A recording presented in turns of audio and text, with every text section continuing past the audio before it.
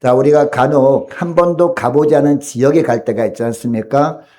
그 지역을 뉴스를 통해서 보기도 하고 지도를 통해서 알기도 하지만 한 번도 가보지 않은 지역에 갑니다. 그리고 목적한 곳에 가기도 합니다. 그런데 많은 분들이 처음에 갈 때는 헤맵니다. 거의 다 오긴 했는데 그 건물을 찾지를 못하는 겁니다. 그래서 여기도 물어보기도 하고 저기도 물어보기도 합니다. 동서남북을 분간할 수 없습니다.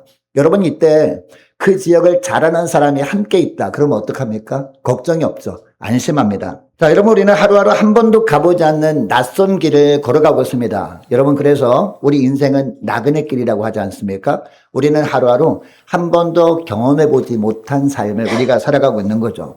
여러분, 그런데 우리 앞길을 훤히 다 알고 있는 진정한 참 안내자가 우리와 함께 한다면 우리는 걱정할 것이 없죠. 그분이 누굽니까? 바로 우리 예수님이십니다.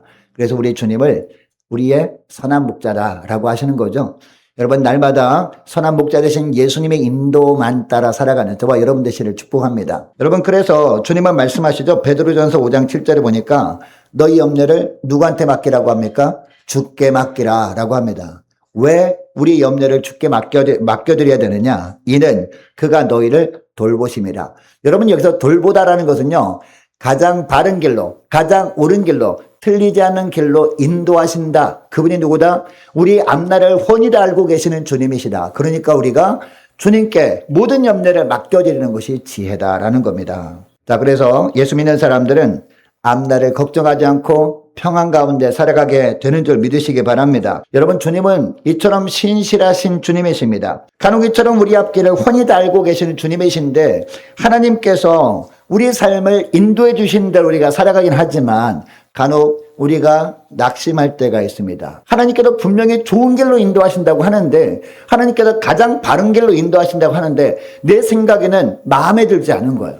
하나님께서 이쪽 길로 인도해 주시면 좋겠다라고 생각하고 우리가 기도는 합니다. 하나님, 제가 원하는 것은 이런저런 겁니다 라고 기도하는데 하나님께서 그것을 안 주시고 엉뚱한 것을 주실 때가 있다는 거죠. 여러분, 그때 우리가 어떻게 합니까? 실망합니다. 그래서 우리가 너무나 힘들어합니다. 이런 것 때문에. 그런데 이렇게 느껴질 때도 우리가 낙심하지 말아야 할 이유가 있습니다. 하나님은 결코 실수하는 법이 없으신 하나님이시기 때문입니다.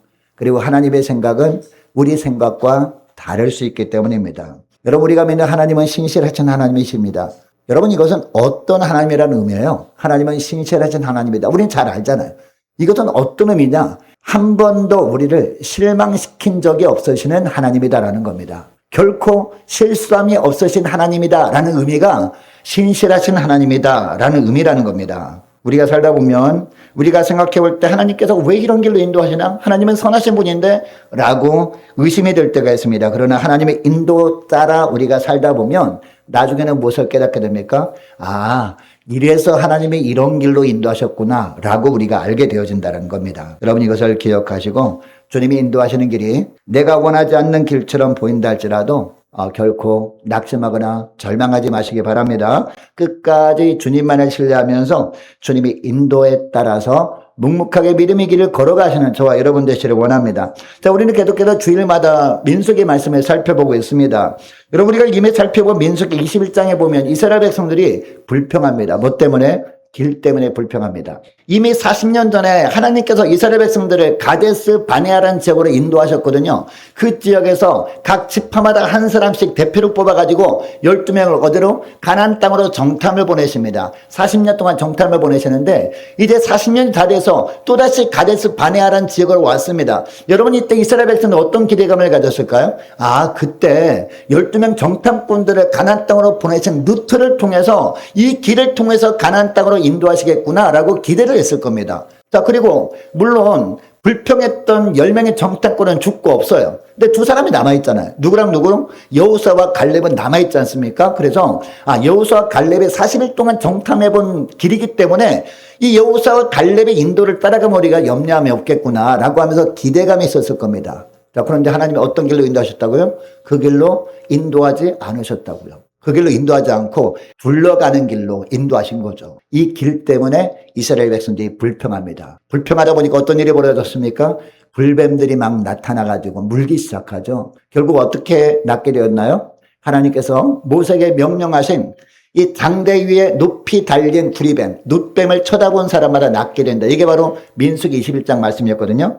자, 그런데 이처럼 하나님이 인도하시는 길이 마음에 들지 않는 부분은 여전히 있었다는 거죠. 왜냐? 가다 보면 뭐가 있었습니까? 거인족이었던 아모리족 속들이 있었거든요. 이 아모리족 지나고 나면 또 어떤 위험이 도사리고 있는지 모르는 한 번도 가보지 않는 길로 인도하시는 것이 마음에 들지 않았던 겁니다. 여러분, 그들이 예상대로 가다 보니까 누가 있었습니까? 아모리족 속이 딱 버티고 있었죠. 결국 전쟁이 벌어집니다. 여러분이 전쟁에서 어떻게 됐나요? 하나님이 도와주시니까 대승을 거두죠. 아모리족과 싸움에 대승을 거둡니다. 이제 전쟁이 끝났습니다. 여러분, 전쟁 치를 때 얼마나 힘듭니까? 힘이 다 빠집니다. 힘이 다 소진된 가운데 있어요. 이제 힘을 낼 그 어떤 것도 남아있지 않은 가운데 있었는데 가다 보니까 이번엔 누가 나타나요? 모압 족속이 나타난 거예요. 그것도 모압 군대만 진치고 있는 것이 아니라 이 모압 왕은요, 자기 군대뿐만 아니라 이웃나라까지 연합해서 연합군을 형성하고 딱 버티고 있는 겁니다. 여러분, 이스라엘 백성들 입장에서는 어떻습니까? 더 두려움이 임했겠죠. 저 많은 군사들 우리가 또 어떻게 이길까? 우리가 금방도 싸움에서 지쳐 있는데, 물론 하나님이 도와주셔서 승리했지만 지금 많이 힘들어 있는데 어떻게 싸울까? 이런 마음이 있지 않았겠습니까? 사실 여러분, 어떤 현상이 벌어지고 있었나요? 오히려 모압 왕 발락이 두려워하고 있었죠. 왜냐? 아모리 족속과도 싸워서 승리했다는 소문을 듣고 두려워하고 있었다는 겁니다. 그러나 이스라엘 백성 입장에서는 앞길에 엄청난 장애물이었다는 겁니다. 여러분, 이것을 보면 하나님께서 우리 삶을 인도하실 때 우리가 기대하지 않는 길로 인도하실 때가 있습니다. 자, 장애물을 건넜습니다. 건넜는데 더 큰 장애물 같은 고난을 우리가 맞닥뜨릴 때가 있다는 겁니다. 여러분, 그러나 하나님의 뜻은 우리 뜻과 다를 수 있다는 것을 기억하시고 낙심하지 마시기 바랍니다. 우리가 생각하지 못했던 하나님의 뜻이 반드시 있기 때문입니다. 여러분, 아모리 족속과의 전쟁에서 승리한 다음에 하나님의 인도 따라 쭉 가고 있는데 이스라엘 백성들 앞에서 모압 족속이라는 장애물을 또 두신 이유가 뭘까요? 하나님께서 이 거짓 선자 발람을 등장시키잖아요. 그리고 이 모압 왕 발락을 등장시키지 않습니까? 이 발람과 발락 이야기를 통해서 깨닫게 하시고 싶은 것이 있었기 때문인 겁니다. 자, 오늘 본문을 보세요. 오늘 본문을 보니까 드디어 발람이 모압 왕 발락에게 갑니다. 여러분, 이때 발람을 극진하게 대접을 합니다. 발람을 눕혀서 존귀하게 해주겠다는 약속까지 합니다. 그래서 발람을 통해서 자기가 원하는 바를 이루려고 한 거죠. 즉 뭡니까? 모압 땅으로 올라오고 있는 이스라엘 백성들을 저주해가지고 어떤 신적인 능력으로 이처럼 이겨보려고 했던 겁니다. 이렇게 발락의 정성을 쏟았지만 여러분, 발람은 어떻게 합니까? 발락이 원하는 대로 해주지 않습니다. 이스라엘 저주하는 주문을 외우지 않습니다. 오히려 이스라엘을 향해서 하나님의 말씀만 선포하는 것을 보게 됩니다. 23장 10절에 보니까요, 오히려 이스라엘 어떻게 해요? 이스라엘을 축복하는 모습을 보여주고 있습니다. 발락의 소원대로 안 된 겁니다. 여러분, 이것을 통해서 하나님은 이스라엘 백성들이 하나님의 특별한 소유라는 것을 모압 왕 발락에게 그리고 발람에게 확인시켜 주신 겁니다. 자, 여러분, 그럼에도 발락은 포기합니까, 여러분? 여기 오늘 본문에 나오는 발락은 어떻게 보면 영적으로 보면 사단 마귀를 의미하기도 하거든요. 여러분, 마귀 공격이 쉽게 끝납니까? 우리가 간절히 기도함으로 주님의 능력을 덧입고 우리가 승리하게 됩니다. 자, 그러면 승리한다고 그게 끝납니까, 전쟁이? 주님 부르실 때까지 끊이지 않습니다. 지속적으로 집요하게 이처럼 우는 사자같이 삼킬 자를 찾아 다니는 것이 바로 사단 마귀의 속성이거든요. 오늘 본문에 보니까 이 발락도 포기하지 않아요. 13절을 보시기 바랍니다. 이 발락이 발람을 다시 다른 곳으로 인도하죠.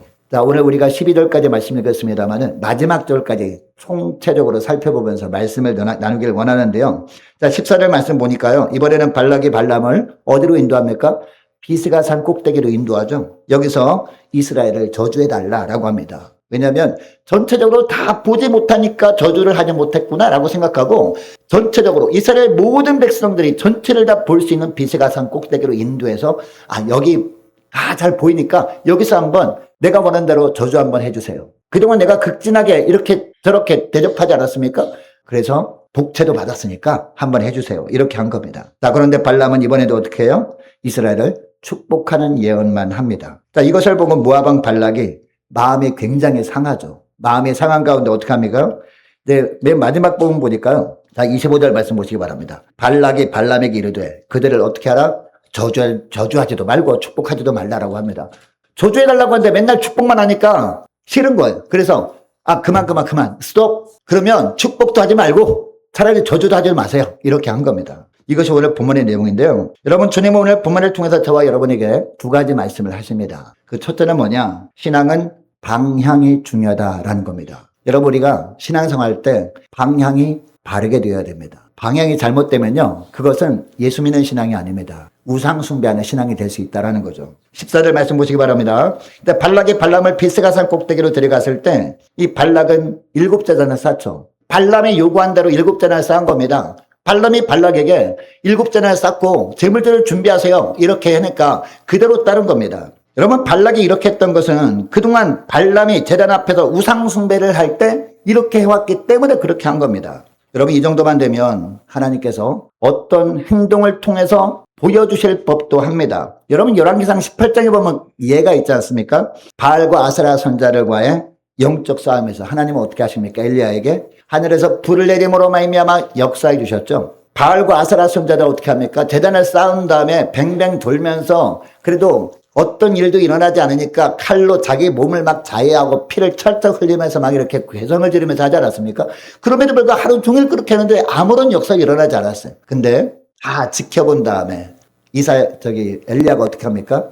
엘리야가 잠깐 기도한 것 뿐인데 그 기도가 하늘보다에 상달되죠. 그래서 어떤 일이 벌어져요? 하늘에서 불이 쫙 내려가지고 제단을 태워버리죠. 심지어는 제단 옆에 물을 하도 부어가지고 물 웅덩이 생겼잖아요. 물까지 다 핥아버릴 정도로 강력한 불이 임했죠. 이처럼 승리를 보여주셨습니다. 하나님의 참신이심을 보여주셨습니다. 여러분, 하나님은 이처럼 살아계신 하나님이세요. 하나님은 능력의 원천이십니다. 그런데 오늘 본문에 보니까 모압왕 발락이 갈멜산 상에서 우상에게 제사했던 바알과 아세라 선자들과 똑같은 잘못을 범하고 있잖아요. 그런데 오늘 본문에 보면 당시 발락은 하나님을 알기는 하였습니다. 자, 그런데 발락이 왜 이렇게 했을까요? 하나님을 수많은 잡신들 중에서 한 신이라고 여기고 있었던 거예요. 여러분, 영어로 하면 하나님을 뭐라고 합니까? God 아닙니까? 예전에도 말씀드린 적 있습니다만은, 근데 유일하신 참 하나님이시다라고 표현할 때 G를 대문자로 쓰거든요. 자, 그런데 God, 똑같은 이처럼 알파벳이지만 소문자 God 뒤에 S 붙이면요, 우상이란 뜻이거든요. 똑같은 단어입니다만은. 자, 그러니까 발락은 그동안 하나님을 어떤 하나님을 알고 있었던 거예요? 이스라엘 백성들이 섬기는 신이구나. 그러니까 이 땅에 많은 신들이 있는데 그 신들 중에서 한 신이 바로 하나님이구나. 이렇게 착각을 하고 있었던 거죠. 자, 그런데 발락이 하나님에 대해서 모르는 사실이 하나 있었습니다. 하나님이 온 우주 만물을 주관하는 참신이라는 것을 몰랐던 겁니다. 단지 이스라엘 백성들이 따르는 신이구나 라고만 생각했던 겁니다. 그래서 14절에 보면 비스가산 꼭대기에서 바알과 아세라를 위한 제단을 쌓은 겁니다. 자기가 믿는 신에게 제사하는 단을 쌓고 그 위에다 제물을 이렇게 얹은 겁니다. 자기가 숭배하는 우상신이 이 제물을 받아가지고 우상신의 능력으로 하나님을 제압해가지고 그 우상신이 그 하나님을 이용해서 이처럼 바알에게 이스라엘 백성들을 저주하도록 하게 하자. 이런 의도로 이렇게 했다는 것이죠. 여러분, 발락이 이렇게 하고 있는 것을 하나님이 다 보고 계셨습니다. 만일 그렇다면 갈멜산 위에서 하셨던 것처럼 하늘에서 불을 내려서 놀라운 역사를 보여주심으로 말미암아 하나님이 하나님 되심을 느끼게 하면 얼마나 좋았을까요? 그런데 하나님은 그렇게 하지 않으셨다는 겁니다. 자, 어떻게 하십니까? 다시 발람에게 말씀으로 역사하십니다. 이렇게 하심으로 말미암아 말씀을 통해서 발락도 깨닫길 원하셨던 사랑의 하나님이십니다. 여러분, 발락이 발람을 초청해서 이스라엘 백성들을 향해 저주할 것을 부탁한 이유가 뭡니까? 내일 일어날 일을 염려했기 때문 아니겠습니까? 지금 자기 눈에 보니까 이스라엘 백성들이 코앞에 온 겁니다. 그런데 소문에 들어보니까 광야에서 온 백성들인데 그동안 승승장구했다라는 겁니다. 심지어는 아모리 족속과의 엄청난 전쟁에서도 대승을 거둔 것을 보면 이 사람들에게는 뭔가 있다. 이 사람들과 함께하는 신은 정말 대단한 신이다 라고 생각했던 겁니다. 조만간 이스라엘 백성들이 자기가 통치하는 모압과 전쟁을 벌이면 모든 땅까지 빼앗길 수도 있다라는 내일에 대한 염려가 생겼던 거죠. 이처럼 내일에 대한 걱정 때문에 발람을 청해서 이스라엘을 저주해달라라고 부탁을 한 겁니다. 여러분, 결국 발람이 발락에게 어떤 말씀을 전합니까? 자, 우리가 읽지는 않았습니다. 19절 말씀이 오늘 본문의 핵심 말씀이긴 합니다. 자, 19절 말씀을 우리 함께 읽도록 하겠습니다. 19절 말씀. 하나님은부터 같이 읽습니다. 시작. 하나님은 사람이 아니시니 거짓말을 하지 않으시고 인생이 아니시니 후회가 없으시로다. 어찌 그 말씀하신 바를 행하지 않으시며 하신 말씀을 실행하지 않으시랴. 아멘. 암송하는 분들도 계시죠? 여러분, 이것은 발람이 한 얘기입니다. 하나님께서 발람을 통해서 선포하게 하신 말씀이라는 거죠. 전에 자기를 통해 이스라엘을 축복하신 말씀을 반드시 이루실 하나님이다라고 발람이 이렇게 선포를 한 겁니다. 자기가 발락의 말을 듣고 저주한다고 해서, 그러니까 하나님이 예정하신 축복이 저주로 바뀌지 않는다는 겁니다. 일단 축복의 말씀이 선포되면 그 말씀이 그대로 임하지 축복하시기로 작정한 백성에게 임하는 것이지 이것이 바뀌지 않는다. 자, 그러니까 하나님께서 축복하시기로 작정한 백성에게 저주한다고 할지라도 아무런 소용이 없다. 이런 이야기를 하고 있는 겁니다. 이런 이야기를 하면서 발람은 다시 이스라엘을 축복합니다. 여러분, 발락이 이 발람을 통해서 하나님의 주시는 말씀이 들려졌다면 여러분, 발락이 어떻게 됐습니까? 비록 이방 왕이었지만 바알과 아세라를 의지하던 신앙에서 이제는 하나님만을 의지하는 신앙으로 깨어져야 했습니다. 그런데 이 모압 왕은요, 끝까지 어떻게 합니까? 이스라엘 백성들을 향한 악한 마음을 돌이키지 않습니다. 여러분, 발락은 대단한 열심을 보였던 사람 아닙니까? 재단을 쌓고 이처럼 발람이 이야기한 대로 재물들을 이렇게 준비한 것을 보면 어떤 신앙에 대한 대단한 열심이 있었던 사람이었습니다. 자, 그런데 그 열심은 잘못된 열심이었다는 겁니다. 가면 갈수록 더욱더 사망의 길로만 가는 열심이었다는 겁니다. 가면 갈수록 더 하나님과는 멀어지는 열심이었다는 겁니다. 여러분, 오늘날 신앙생활 하는 우리도요, 이처럼 발락과 같은 잘못된 신앙생활을 할 수가 있습니다. 하나님이 우리를 향해서 원하시는 삶이 어떤 삶일까요? 방향이 바른 삶이에요. 주님께서 바라보시는 곳에 함께 바라보는 이 신앙이 진짜 신앙입니다. 주님께서 가시는 곳에 나도 함께 가는 곳이 이게 진짜 신앙이라는 겁니다. 우리가 기도할 때 어떻게 기도하는 것이 그런 방향이 바른 삶일까요? 기도하는 가운데 하나님의 뜻을 찾는 거예요. 하나님이 원하지 않는 길로 우리를 인도하신다 그럴지라도 우리는 어떻게 기도합니까? 하나님, 이럴 수 있습니까? 저를 사랑하신다면서요. 그런데 왜 제가 원하는 대로 해주지 않고 이런 고난을 주십니까? 우리 가정에 이런 어려움을 주십니까? 라고 하기보다도 어떤 기도를 해야 되는 거예요? 하나님, 지금 현재 제가 너무 힘든 삶을 살고 있지만 그러나 이런 고난에도 분명히 하나님이 뜻이 있으셔서 이런 길로 인도하신 줄 믿습니다. 주님이 어떤 뜻으로 이런 어려움을 주셨는지 깨닫게 주옵소서. 할렐루야. 이게 바른 신앙이라는 겁니다. 저와 여러분이 하나님이 주신 길로 걸어갈 때 그 장애물로 말미암아 어떤 어려움을 겪고 있는지 하나님이 모르십니까? 다 아십니다. 하나님이 다 보고 계신단 말이에요. 근데 주님은 어떻게 하길 기대하시느냐? 그런 고난을 통해서 하나님의 뜻을 찾기를 기대하신다는 거죠. 그것을 위해서 기도하기를 주님이 원하시는 겁니다. 내가 원하는 것만 얻기 위해서 하나님께 계속해서 매달리는 것은, 기도로 매달리는 것은 발락과 같은 삶이다라는 것을 오늘 본문을 통해서 보여주고 계시는 거예요. 하나님을 우상으로 전락시켜버리는 것이라는 것을 오늘 본문을 통해서 말씀하고 있는 거예요.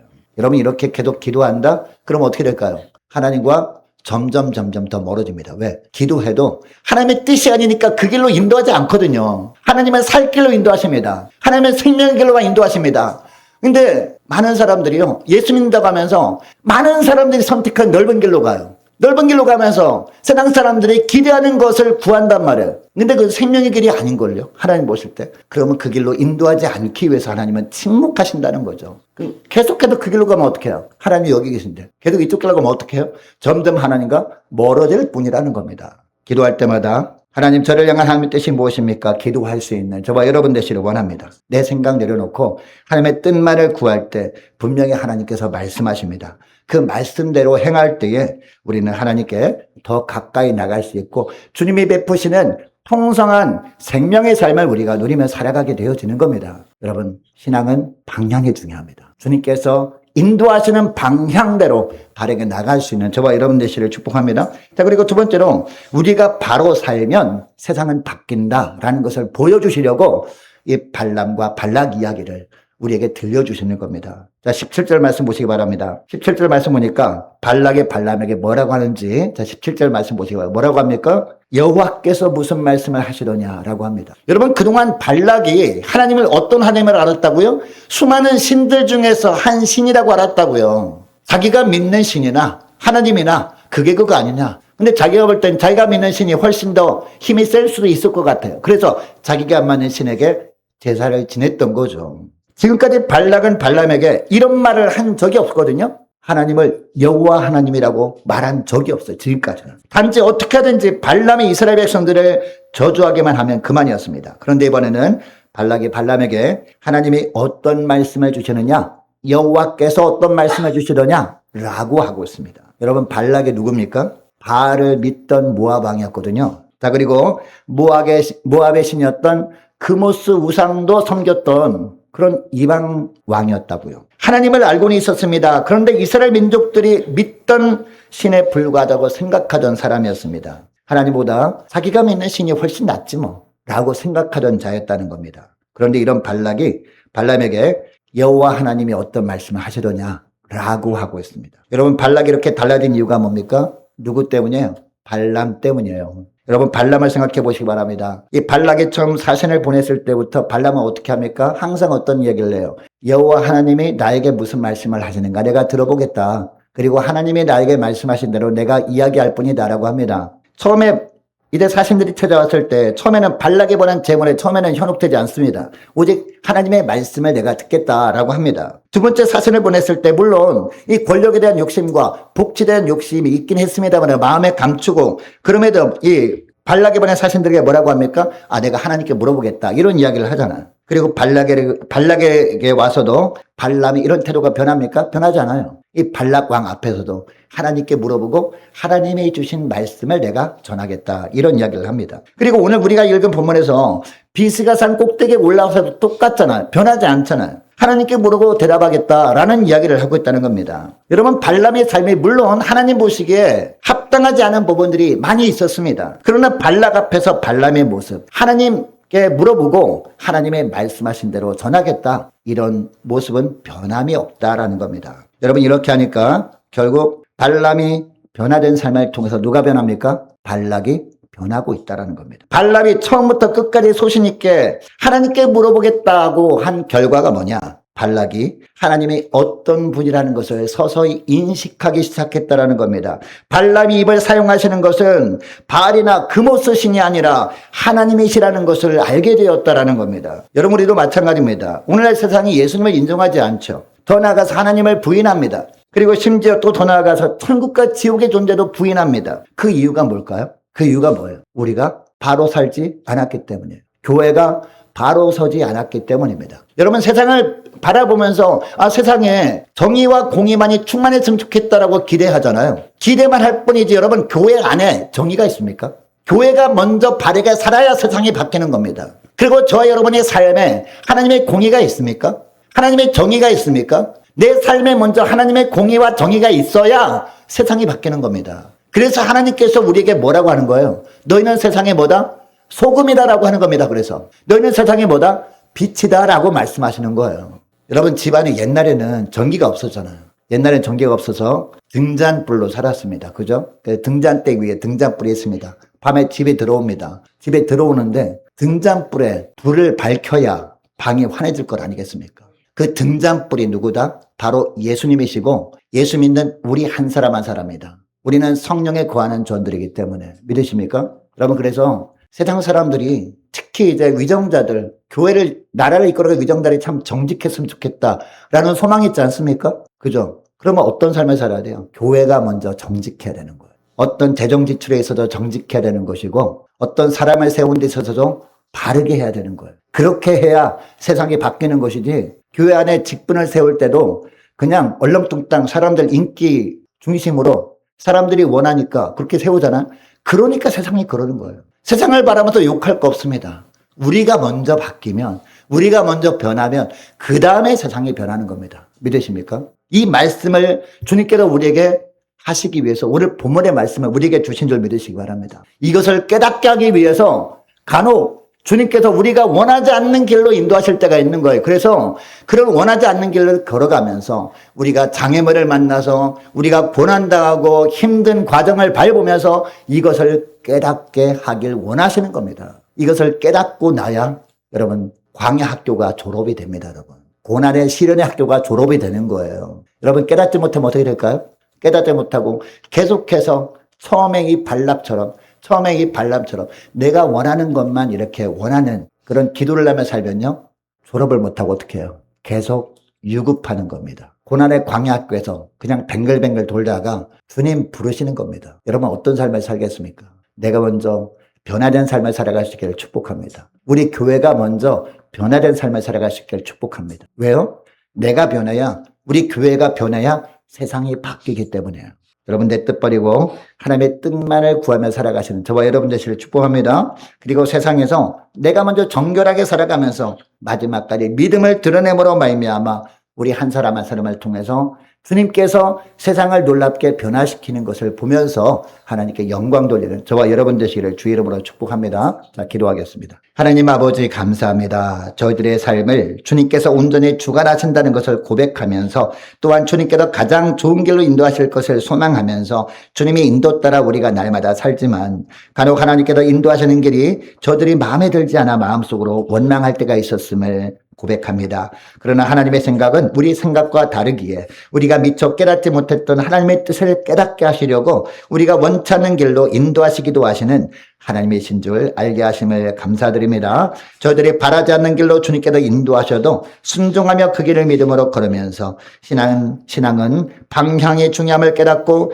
주 앞에 기도할 때마다 오직 하나님의 뜻만을 구하며 살아가는 저희들 될 수 있도록 은총 내려 주옵소서. 내가 먼저 변하면 세상도 변한다는 것을 깨닫고 늘 성령의 능력을 사모하며 기도할 때 그때 주시는 성령의 능력으로 하나님의 형상다운 거룩한 삶, 세상의 소금과 빛된 삶을 살면서 이런 저희들의 삶을 통해서 주님께서 세상을 변화시키는 것을 보며 하나님께 영광 돌리는 저희들 다 되게 하여 주옵소서. 감사드리오며 우리 주 예수님의 이름으로 기도드리옵나이다. 아멘.